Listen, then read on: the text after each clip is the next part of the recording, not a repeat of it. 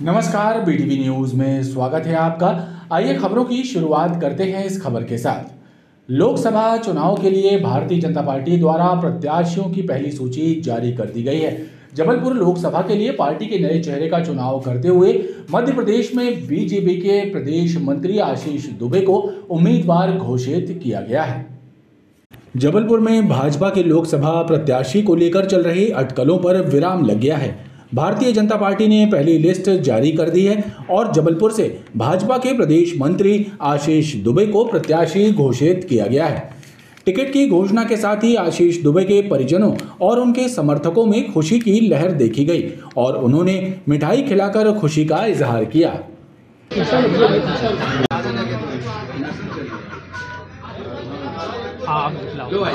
जिंदाबाद जिंदाबाद जिंदाबाद भाजपा जिंदाबाद जिंदाबाद जिंदाबाद। पार्टी में जिस दिन से उन्होंने सदस्यता ली उसके बाद से एक भी दिन वो घर में नहीं बैठे। पार्टी के काम के लिए वो तत्पर रहे और जो जिम्मेदारी दी गई वो चाहे लोकल जबलपुर की हो या जबलपुर के बाहर की हो, उन्होंने बखूबी निभाया। इसके लिए उनको कई बार घर में बच्चों की जिम्मेदारियां, स्कूल की जिम्मेदारी, परिवार की जिम्मेदारी, ये सारी जिम्मेदारियों से हटके उन्होंने पार्टी को महत्व दिया और पार्टी का काम प्राथमिकता से किया। कार्यकर्ताओं में बहुत ही उत्साह है, हर्ष है, क्योंकि यह टिकट एक ऐसे कार्यकर्ता को मिली है जो ज़मीन से जुड़ा है, जो लंबे समय से संगठन में काम करते आ रहा है, जो जनता के भाव को समझता है और हम बहुत ही हर्ष है हम सभी को कि उनको टिकट मिली। मैं भारतीय जनता पार्टी के केंद्रीय नेतृत्व को और प्रदेश नेतृत्व को आभार व्यक्त करता हूं कि एक ऐसे ज़मीनी स्तर के नेता को भारतीय जनता पार्टी जबलपुर से लोकसभा उम्मीदवार बनाया गया है। इसमें हर कार्यकर्ताओं में खुशी की लहर है। आशीष भैया एक ऐसे नेता और ऐसे कार्यकर्ता के रूप में भारतीय जनता पार्टी में काम किए हैं। छोटों से लेकर बड़ों से हर किसी को इज्जत और मोहब्बत से बात करते हैं। भैया की टिकट मिलने से पूरे जबलपुर में हर्ष का माहौल है और केंद्र नरेंद्र मोदी जी, जेपी नड्डा जी और प्रदेश नेतृत्व का हम आभार व्यक्त करते हैं कि उन्होंने आशीष भैया को जबलपुर से लोकसभा का उम्मीदवार बनाया। गौरतलब है कि आशीष दुबे वर्ष 1990 से भाजपा में लगातार सक्रिय हैं और वर्तमान में प्रदेश संगठन मंत्री के पद पर हैं। खास बात यह है कि भाजपा द्वारा देश की 195 लोकसभा सीटों के लिए प्रत्याशियों की सूची जारी कर दी गई है, जिसमें भाजपा के कई दिग्गज नेताओं के साथ ही नए चेहरों को भी मौका दिया गया है। पहली लिस्ट में मध्य प्रदेश से पूर्व मुख्यमंत्री शिवराज सिंह चौहान, ज्योतिरादित्य सिंधिया, फग्गन सिंह कुलस्ते, वीडी शर्मा, वीरेंद्र खटीक के भी नाम शामिल हैं। वहीं अभी छिंदवाड़ा से उम्मीदवार का नाम घोषित नहीं हुआ है। कम उम्र में ही नजर कमजोर होने की शिकायत स्कूली बच्चों में सामने आ रही है। ये जानकारी विक्टोरिया अस्पताल के नेत्र रोग विशेषज्ञों द्वारा मेडिकल स्थित सीएम राइज स्कूल में आयोजित शिविर के दौरान दी गई है। शिविर में ऐसे कई बच्चे मिले जिनको कम दिखता है और उन्हें चश्मा भी प्रदान किया जाएगा। मेडिकल स्थित सीएम राइज स्कूल में नेत्र शिविर का आयोजन हुआ, जिसमें बच्चों की आंखों की जांच की गई। नेत्र रोग विशेषज्ञों ने बताया कि कई बच्चों की नजरें कम उम्र में ही कमजोर हो गई हैं, लिहाजा चश्मे का नंबर लेकर उन्हें चश्मे दिए जाएंगे। नेत्र रोग विशेषज्ञों का कहना है कि पढ़ाई के साथ साथ मोबाइल देखने की लत भी नेत्र रोग की बड़ी वजह है।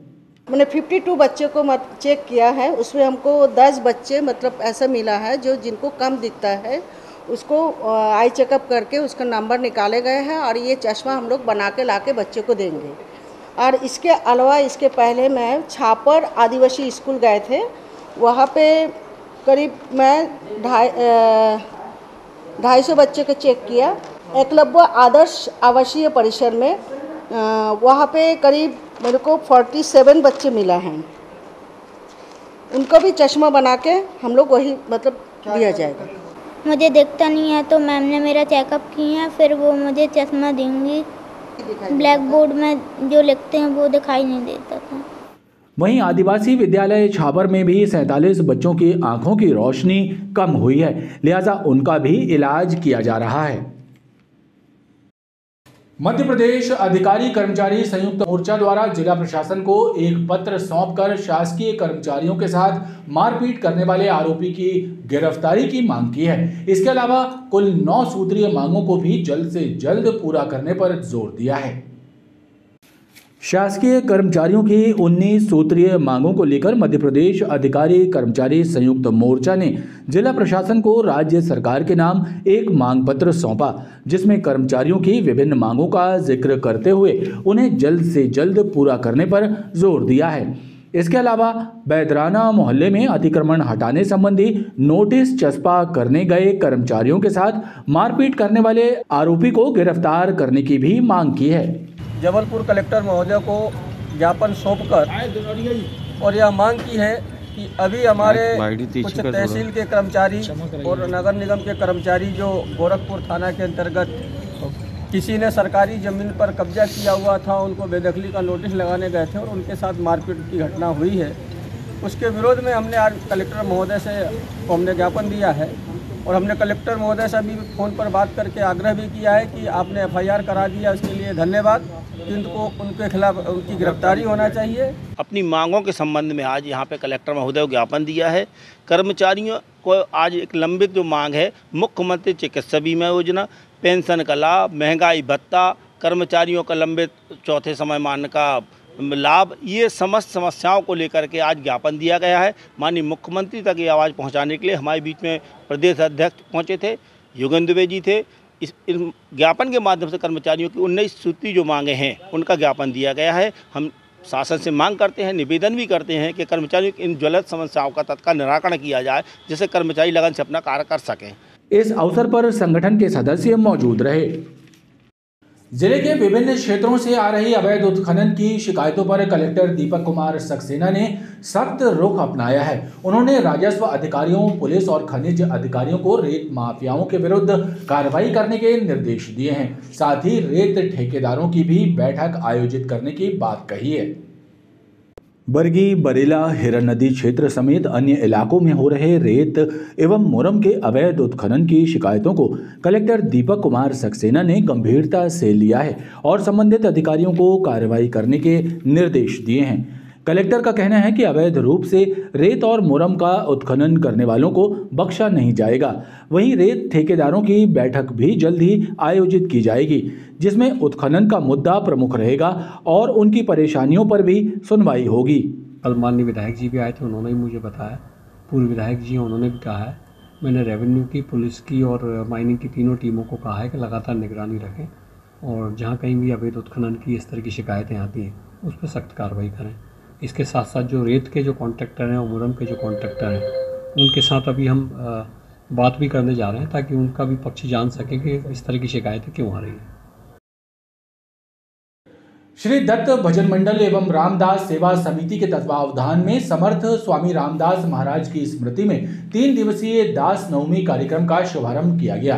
कार्यक्रम के प्रथम दिन महामंडलेश्वर स्वामी अखिलेश्वरानंद महाराज ने स्वामी रामदास जी द्वारा राष्ट्र जागृति के लिए किए गए कार्यों के बारे में बताया।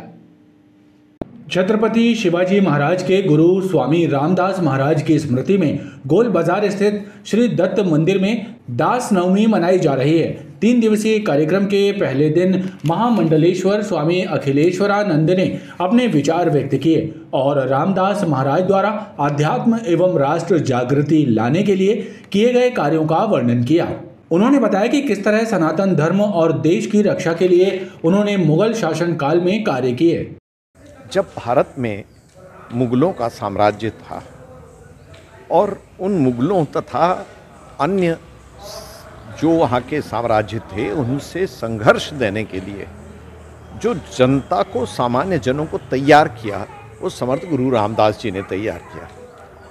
हम सब जानते हैं कि छत्रपति शिवाजी महाराज के वो गुरु थे और उन्हीं से प्रेरणा और सहयोग प्राप्त करके और छत्रपति शिवाजी महाराज ने हिंदवी स्वराज्य की स्थापना की और आज भी प्रत्येक सनातनी भारतीय के लिए ये दोनों ही व्यक्तित्व श्रद्धा और आस्था के केंद्र हैं।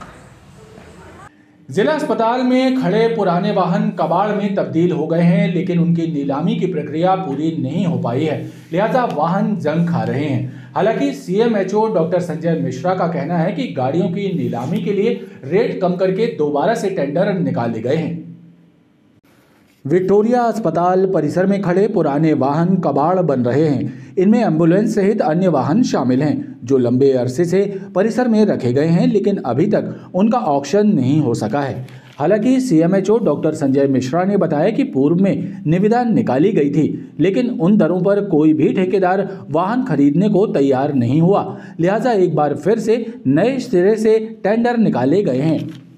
देखिए, जो गाड़ियां होती हैं, गाड़ियों का उनको कंडम घोषित कर दिया गया है।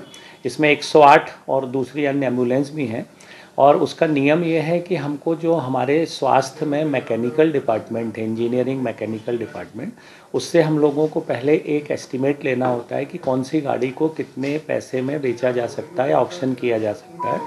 एक बार हम लोगों ने रेट लिए थे, टेंडर कर दिया था, लेकिन उस रेट पर कोई भी संस्था, कोई भी व्यक्ति उस टेंडर पे काम करने के लिए, गाड़ी लेने के लिए तैयार नहीं हुआ, इसलिए वो टेंडर हम लोग का फेल हुआ। दोबारा हम लोगों ने उसकी कीमत कम करके दोबारा टेंडर किया है। जैसे ही टेंडर की डेट होगी, टेंडर ओपन होंगे, क्योंकि वो गाड़ियां जगह भी घेर रही हैं। हम लोग भी चाहते हैं कि जल्दी से जल्दी उनका ऑक्शन होकर वो यहाँ से ले जाई जा सके। सीएमएचओ के अनुसार वाहनों की नीलामी के लिए इस टेंडर में दरें भी बदली गई हैं। खबरों का ये क्रम लगातार जारी है। आप देखते रहिए BTV न्यूज़।